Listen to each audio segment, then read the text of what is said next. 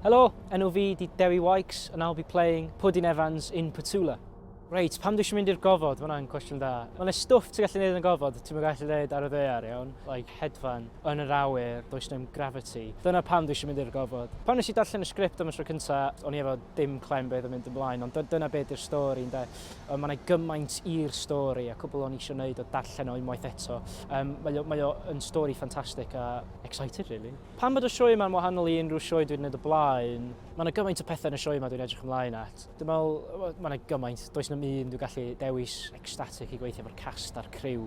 Hefyd, dwi byth di gweld y set, ond dwi wedi clywed fod o'n edrych yn absolutely amazing. Dwi'n gallu aros i weld sut mae'n edrych ar y llwyfan. Felly, ymuno fi, Dewi Wykes, ar y to Petula. I'll see you there. Over and out.